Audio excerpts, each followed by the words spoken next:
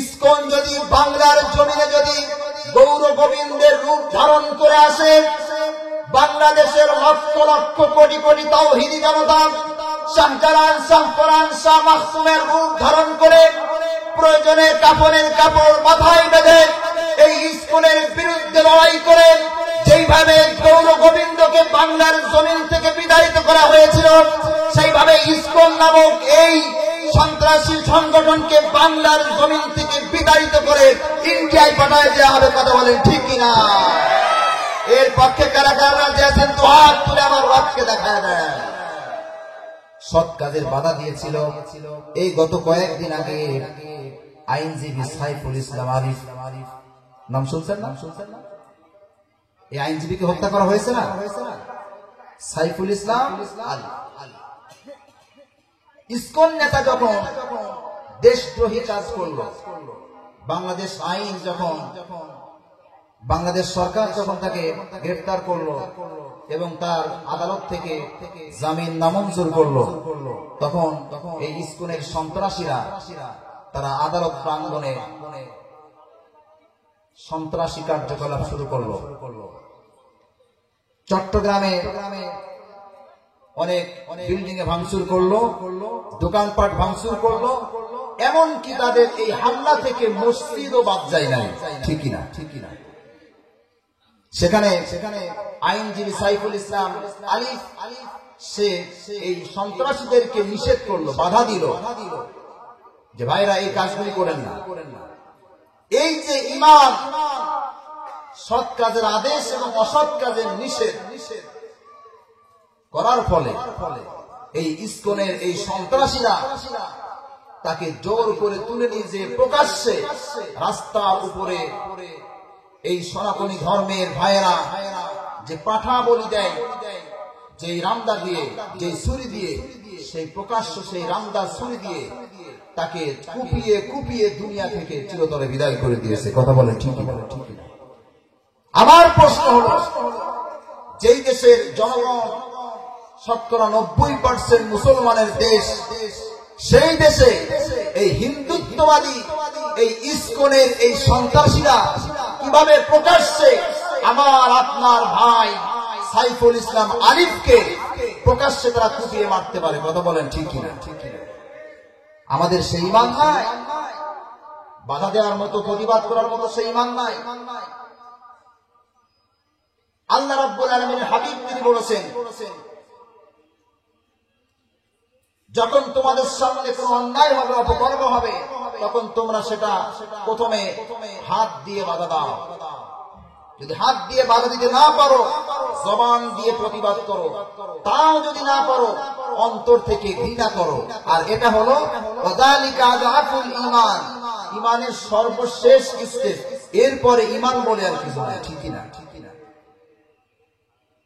আমরা এই বাংলার জনগণ, আমরা এই কোরআনের মাহফিল থেকে আমরা সনাতনী ধর্মের ধর্মীয় সন্ত্রাসী গোষ্ঠী ইসকনকে হুঁশিয়ারি করে দিয়ে বলতে চাই, ইসকন যদি বাংলার জমিনে যদি গৌর গোবিন্দের রূপ ধারণ করে আসে, বাংলাদেশের লক্ষ লক্ষ কোটি কোটি তাওহীদি জনতা শাহজালাল, শাহ ফরান, শাহ মাসুমের রূপ ধারণ করে প্রয়োজনে কাফনের কাপড় মাথায় বেঁধে এই ইসকনের বিরুদ্ধে লড়াই করে যেইভাবে গৌর গোবিন্দকে বাংলার জমিন থেকে বিতাড়িত করা হয়েছিল, সেইভাবে ইসকন নামক এই সন্ত্রাসী সংগঠনকে বাংলার জমিন থেকে বিতাড়িত করে ইন্ডিয়ায় পাঠায় দেওয়া হবে। কথা বলেন ঠিক কিনা? এর পক্ষে কারা কারা রাজি আছেন তো হাত তুলে আমার রবকে দেখায় দেয়।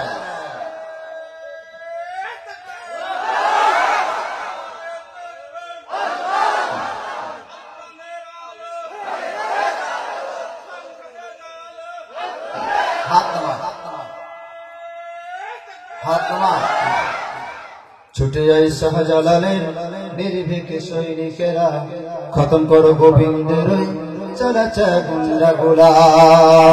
ছুটে যায় শাহজালালের নির্ভীক সৈনিকেরা, খতম করো গোবিন্দের চালাচা গুন্ডা গোলা। শাহজালালের এই ভূমিতে বিপ্লবেরই মশাল জ্বালা, শাহজালালের এই ভূমিতে বিপ্লবেরই মশাল জ্বালা। ছুটে যায় শাহজালালের নির্ভীক সৈনিকেরা, খতম করো গোবিন্দের চালাচা গুন্ডাগুলা। ঠিক না? শাহজালালের স্বপ্ন ছিল আল কোরআনের জ্বলবে আলো, শাহজালালের স্বপ্ন ছিল আল কোরআনের জ্বলবে আলো, সে আলো আলোকিত করতে আবার মশাল জ্বালা, সে আলো আলোকিত করতে আবার মশাল জ্বালা। ছুটে যায় শাহজালালের নির্ভীক সৈনিকেরা, খতম করো গোবিন্দের চালাচা গুন্ডাগুলা। ঠিক না? এই সাইফুল ইসলাম আলিফ ভাইকে যারা প্রকাশ্যে হত্যা করেছে বাংলার জমিন থেকে, এই ভাইটি শাহাদাত বরণ করেছেন, তার এই রক্ত কিন্তু বৃথা যেতে পারে না। আল্লাহ রাব্বুল আলামিনের কাছে প্রার্থনা করি, আল্লাহ রাব্বুল আলামিন যেন এই সাইফুল ইসলাম আলিফ ভাইকে জান্নাতের সর্বোচ্চ মাকাম দান করেন। জোরে কোন আল্লাহুম্মা আমিন। তার ছোট্ট একটি শিশু সন্তান আছে, 3 বছর বয়স। ওনার মা, তোমরা বড়ই ভাগ্যবতী, আনলে ধরাই দিনের জ্যোতি, সালাম জানাই তোমায় ফেরেশতা, সালাম জানাই তোমায় ফেরেশতা। কেউ হারিয়ে ছেলে আর কেউ হারিয়ে ভাই, কেউ হারিয়ে খেলার সাথে নিশ্চয়ই ধরায়, তাদের স্মৃতি অন্তরে কেঁদে কেঁদে ঘুমরে মরে, তাদের স্মৃতি অন্তরে কেঁদে কেঁদে ঘুমরে মরে, বুক ভেঙে যায় কান্না ফুরাই না, বুক ভেঙে যায় কান্না ফুরাই না। মালিক ভাইয়ের মা ও সাইফুল ভাইয়ের মা, আলিফ ভাইয়ের মা, মুজাহিদ ভাইয়ের মা, তোমরা বড়ই ভাগ্যবতী, আনলে ধরাই দিনের জ্যোতি, সালাম জানাই তোমায় ফেরেশতা, সালাম জানাই তোমায় ফেরেশতা। ঠিক না? আজকে আমাদের সেই ঈমান আর চিরঞ্জীবের আশ্রয়ে আশ্রয়ে আলাদা করা হয়েছে, হাড় হাড্ডি গুলি আলাদা করা হয়েছে, তারপরেও বিন্দু মাত্র ঈমান থেকে দূরে সরে যায় নাই। জোরে কোন সুবহানাল্লাহ। এমন সেই পরীক্ষা তো আমাদের সামনে এখনো আসে নাই। আসছে কি? আসে নাই। ঈমানের পরীক্ষা আমাকে দিতে হবে, আপনাকে দিতে হবে। নবী রাসূলদের পর্যন্ত আল্লাহ রাব্বুল আলামিন ঈমানের পরীক্ষা নিয়েছিলেন। তারা শেষমেশ বলেই ফেলেছিলেন, মাতা নাসরুল্লাহ, আলা ইন্না নাসরুল্লাহি করিব। ও আল্লাহ, ঈমানের পরীক্ষা তো দিয়েই যাচ্ছি, তোমার সাহায্য কখন আসবে? আল্লাহ রাব্বুল আলামিন তিনি বললেন, আলা ইন্না নাসরুল্লাহি করিব, আমার সাহায্য অতি নিকটে, তোমরা একটু ধৈর্য ধারণ করো, তোমরা খুব তাড়াহুড়ো করছো, আমার বিজয় আমার সাহায্য তোমাদের একেবারে নিকটে। জোরে কোন সুবহানাল্লাহ। এই ঈমানের দাবি করবে কিন্তু অনেক মুনাফিক, যারা মুখে বলবে আমরা ঈমানদারদের সাথে আছি, আবার তোলাই তোলাই কিন্তু তারা কাফেরদের সঙ্গে হাত মিলাবে। যদিও এমন মানুষ, এমন মুনাফিক মার্কা মুসলমান যদিও রায়পুর এলাকায় নাই, অন্য এলাকায় আছে, যেই দিকে পানি হয় সেই দিকে ছাতা ধরে। গোলালু মার্কা মুসলমান, এই গোলালু মার্কা মুসলমান, গোলালু মার্কা ঈমান দিয়ে আল্লাহ রাব্বুল আলামিনের জান্নাতে যাওয়া অসম্ভব। আল্লাহ রাব্বুল আলামিন তিনি বলছেন, ওয়ামিনান নাসি মান ইয়াকুলু আমান্না বিল্লাহি ওয়া বিল ইয়াউমিল আখির ওয়া মা হুম বিমুমিনিন। মানুষের মধ্য থেকে এমন কিছু মানুষ আছে যারা বলে আমরা আল্লাহর উপর ঈমান এনেছি, আখিরাতের উপর ঈমান এনেছি, কিন্তু আল্লাহ রাব্বুল আলামিন তিনি কি সুন্দর করে জানাই দিয়েছেন, ওয়া মা হুম বিমুমিনিন। কোশ্চিন কালেও এই সমস্ত মানুষগুলি ঈমানদার হতে পারে না। কেন পারে না? শোনেন, আল্লাহ রাব্বুল আলামিন তিনি আরো বলছেন এই মুনাফিকদের সম্পর্কে, ওয়া ইযা লাকুল লাযীনা আমানু ক্বালু আমান্না ওয়া ইযা খালাউ ইলা শায়াতিনহিম ক্বালু ইন্না মাআকুম ইন্নামা নাহনু মুস্তাহজিউন। এই সমস্ত দুর্বল ঈমানদার, এই সমস্ত মুনাফিক যারা, যাদের অন্তরের মধ্যে নিফাক রয়েছে, এই সমস্ত মুনাফিকরা যখন ঈমানদারদের সাথে যখন মিলিত হয়, তখন তারা বলে আমরা তো তোমাদের সাথে আছি, আমরা তো ঈমানদার। আবার যখন কাফেরদের সাথে যখন মিলিত হয়, তখন তারা বলে আমরা তো আসলেই তোমাদের দলের লোক, ওই মুসলমানদের সাথে শুধুমাত্র একটু ঠাট্টা করি, একটু ইয়ারকি মারি, আসলেই কিন্তু তোমার দলের লোক আমি। এমন লোক আছে না নাই?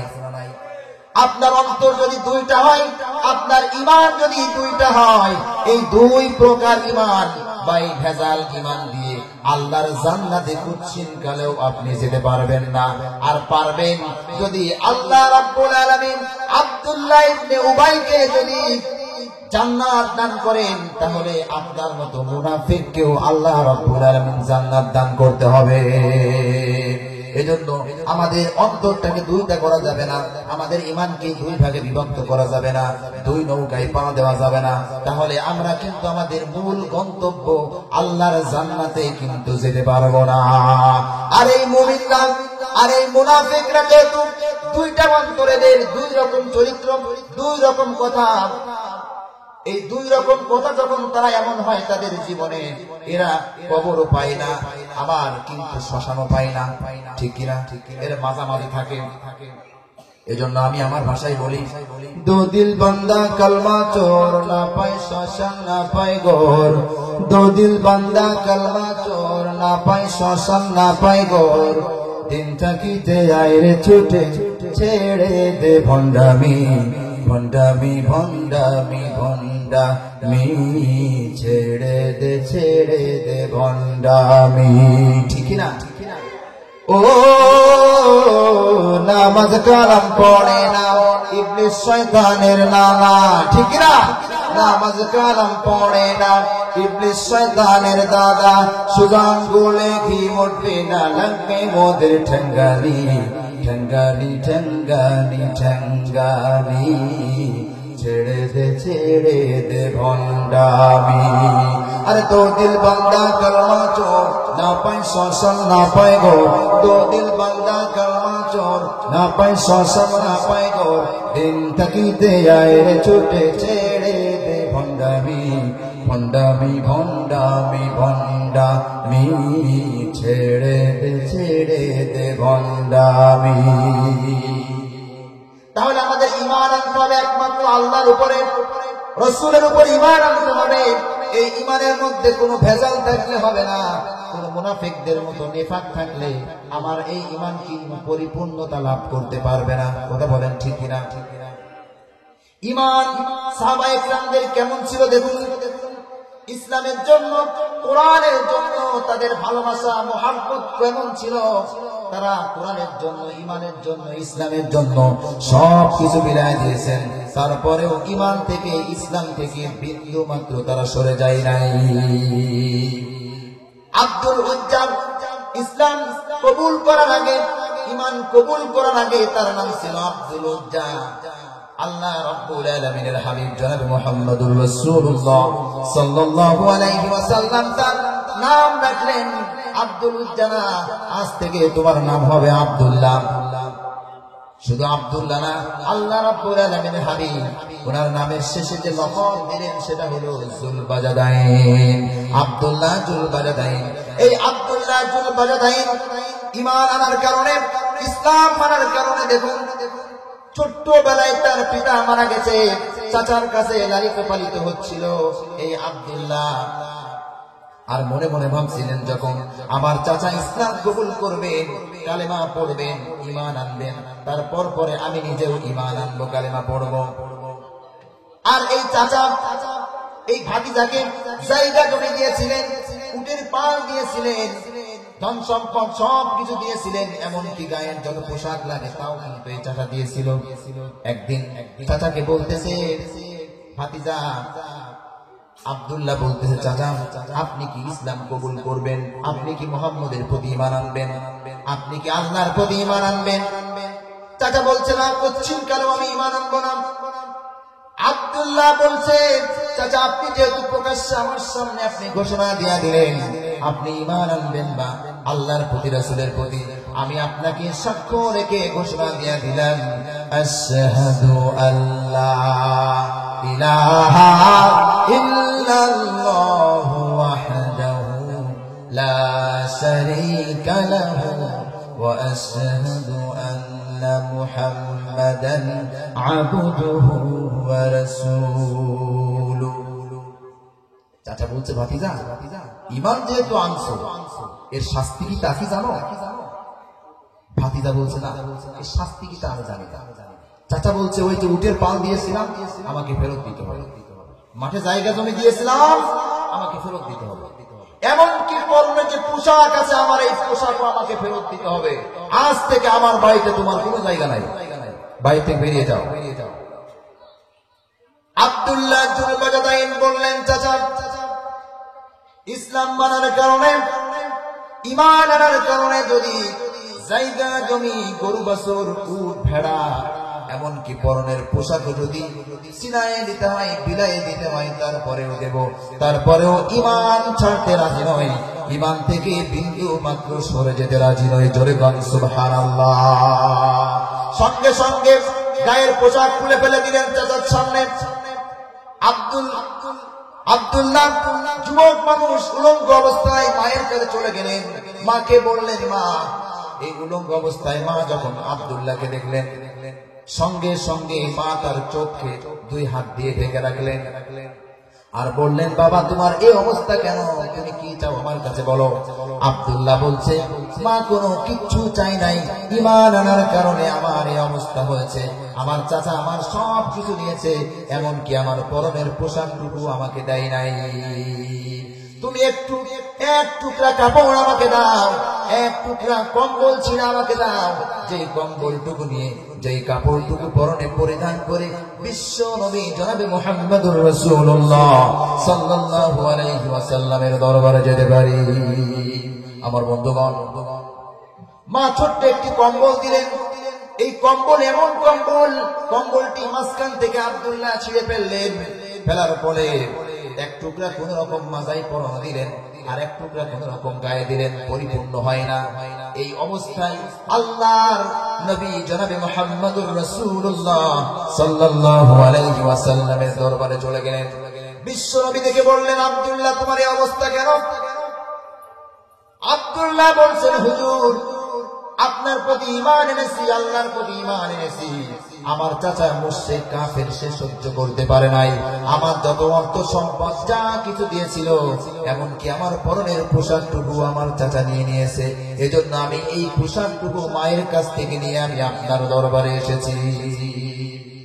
আল্লাহ রাব্বুল আলামিনের হাবিব জনাব মুহাম্মদুর রাসূলুল্লাহ সাল্লাল্লাহু আলাইহি ওয়াসাল্লাম তিনি আসহাবে সুফফার মধ্যে আব্দুল্লাহকে জায়গা করে দিলেন। সাহাবায়ে কেরামদেরকে বললেন, সাহাবারা শোনো, এই আব্দুল্লাহ ঈমান আনতে যায় কোনো কিছু আনতে পারে নাই, এই আব্দুল্লাহকে সুন্দর করে একটু জায়গা দাও, তাকে কোরআন শিক্ষার ব্যবস্থা করো।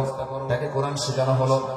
আব্দুল্লাহ কোরআন শিখার পরে এত জোরে জোরে রাত দিন 24 ঘন্টা কোরআন তেলাওয়াত করে।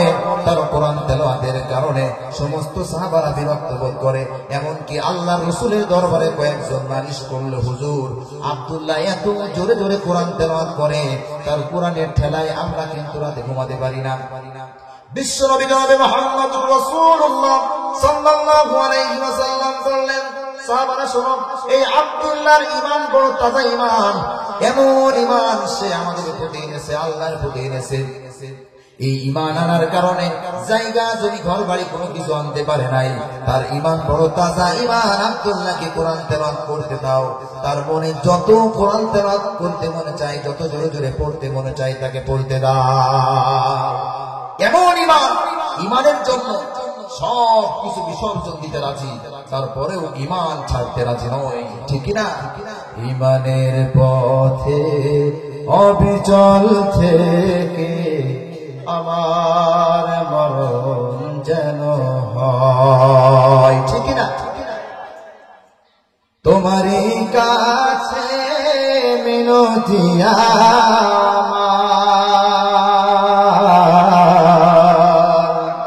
আমার, তোমারই কাছে মিনতি আমার,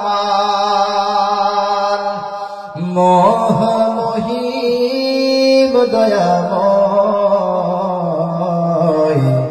ইমানের পথে অবিচল থেকে আমার মরণ যেন হয়, ইমানের পথে অবিচল থেকে আমার মরণ যেন হয়। ঠিক না? বললেন বিশ্বনবী আর বললেন, আয় আল্লাহ তাআলা, আমি আমার আব্দুল্লাহর রক্ত কাফেরদের জন্য হারাম করে দিলাম। আব্দুল্লাহ বলছে, হুজুর আমি তাবুকের যুদ্ধে যাওয়ার জন্য আপনার কাছে আসলাম, পারমিশন চাইলাম, আমি রক্ত দিয়ে দেব, জীবন দিয়ে দেব ইসলামের জন্য, দ্বীনের জন্য, আর আপনি আল্লাহর কাছে প্রার্থনা করলেন এই আব্দুল্লাহর রক্ত আমি কাফেরদের জন্য হারাম করে দিলাম। এ কেমন কথা?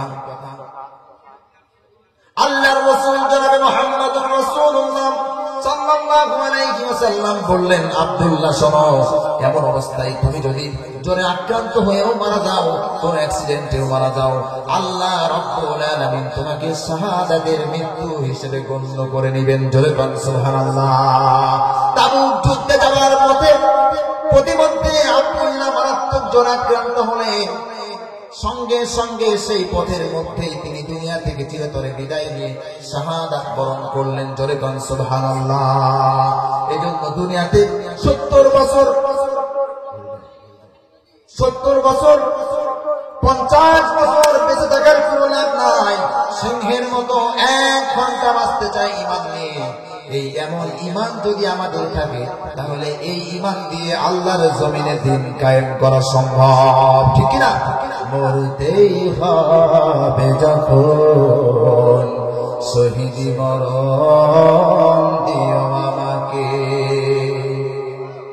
মরতেই হবে যখন, শহীদি মরণ দিও আমাকে। শাহাদাত জানি শুধুই জীবন, শাহাদাত জানি শুধুই জীবন, সে জীবন দিও আমাকে, মরতে হবে যখন, শহীদি মরণ দিও আমাকে। মরণের সুখ আমি পাব জানি শাহাদাতে, হিসাব নিকাশ হতে ত্রাণ আছে জানি শাহাদাতে। এমন মৃত্যু দিও চোখ বুঝলে যেন, এমন মৃত্যু দিও চোখ বুঝলে যেন, দেখি তোমাকে, মরতে হবে যখন, শহীদি মরণ দিও আমাকে। ইলাহি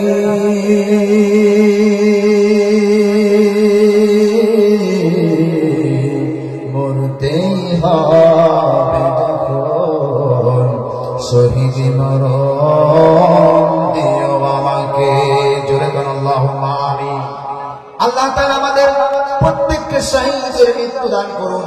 পৃথিবীতে শহীদের মৃত্যু চাইতে এমন উত্তম মৃত্যু, এত বড় মৃত্যু আর পৃথিবীতে কোনো কিছু হতে পারে না। আল্লাহর রাসূল সাল্লাল্লাহু আলাইহি ওয়াসাল্লাম তিনি বলেছেন, শাহাদাতের মৃত্যুর যে যন্ত্রণা, এই যন্ত্রণা পিঁপড়ায় কামড় দিলে যে কষ্ট হয়, এর চাইতে বেশি কিছু নয়। এজন্য ঈমানের সাথে দিন কায়েমের লক্ষ্যে জান এবং মাল দিয়ে যদি আমি আপনি আল্লাহর পথে সংগ্রাম করতে পারি, জিহাদ করতে পারি, তাহলে পৃথিবীতে এর চাইতে বড় আমল আর কোনো কিছু হতে পারে না। জোরে বলেন সুবহানাল্লাহ। আল্লাহ রাব্বুল আলামিন তিনি বলছেন, যদি এটা তোমরা করতে পারো কি হবে?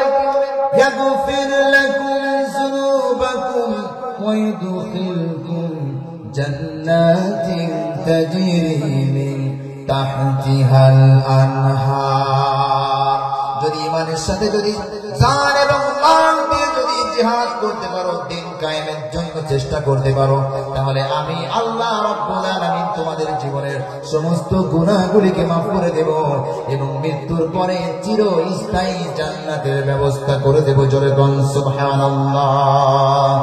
যদি জীবনটা বিলাতে চাও, যদি রক্ত ঝরাতে চাও, যদি জীবনটা বিলাতে চাও, যদি রক্ত ঝরাতে চাও, দিনের পথে খোদার রাহে, দিনের পথে খোদার রাহে জীবনকে বিলিয়ে দাও। যদি জীবনটা বিলাতে চাও, যদি রক্ত ঝরাতে চাও, যদি জীবনটা বিলাতে চাও, যদি রক্ত ঝরাতে চাও। যে কথা বলছিলাম আল্লাহ রাব্বুল আলামিন এর পরের আয়াতে বলছেন, তোমাদের তো মাফ করব এবং পরকালে জান্নাত দান করব। আল্লাহ রাব্বুল আলামিন তিনি বলছেন এটা তো বাকি পুরস্কার, নগদ পুরস্কার নয়, কিন্তু যারা এই কাজগুলি করতে পারবে তাদের জন্য দুনিয়াতে দুইটা কিন্তু নগদ পুরস্কার থাকবে।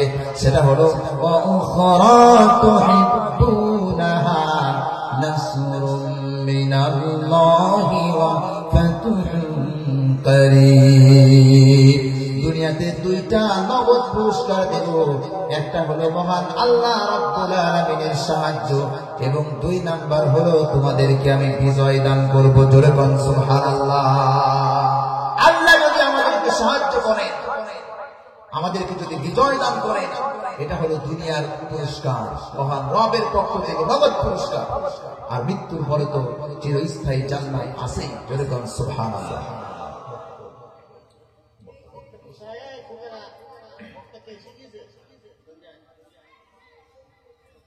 তাহলে আল্লাহ রাব্বুল আলামিনের পথে, দ্বীনের পথে যদি জীবন দিতে পারি, এই মৃত্যুর চাইতে বড় মৃত্যু আর কোনো কিছু নাই। এই মৃত্যুর চাইতে উত্তম মৃত্যু বলে কোনো কিছু নাই। আল্লাহ রাব্বুল আলামিনের হাবিব জনাবে মুহাম্মদুর রাসূলুল্লাহ সাল্লাল্লাহু আলাইহি ওয়াসাল্লাম তিনি বলেছেন, শাহাদাতের মৃত্যু এমন মৃত্যু যে এ পাশে দুনিয়া আর ও পাশে মহান আল্লাহ রাব্বুল আলামিনের জান্নাত। জোরে বলুন সুবহানাল্লাহ। আমরা মহান রবের কাছে প্রার্থনা করি, যুগে যুগে যত নবী রাসূল, যত সাহাবায়ে কেরাম, আব্দুল্লাহ সহ যারা শহীদ হয়েছেন, এই সমস্ত শহীদদের কাতারে যেন আমাকে, আপনাকে, আমাদের সকলকে আল্লাহ রাব্বুল আলামিন কবুল করে নেন।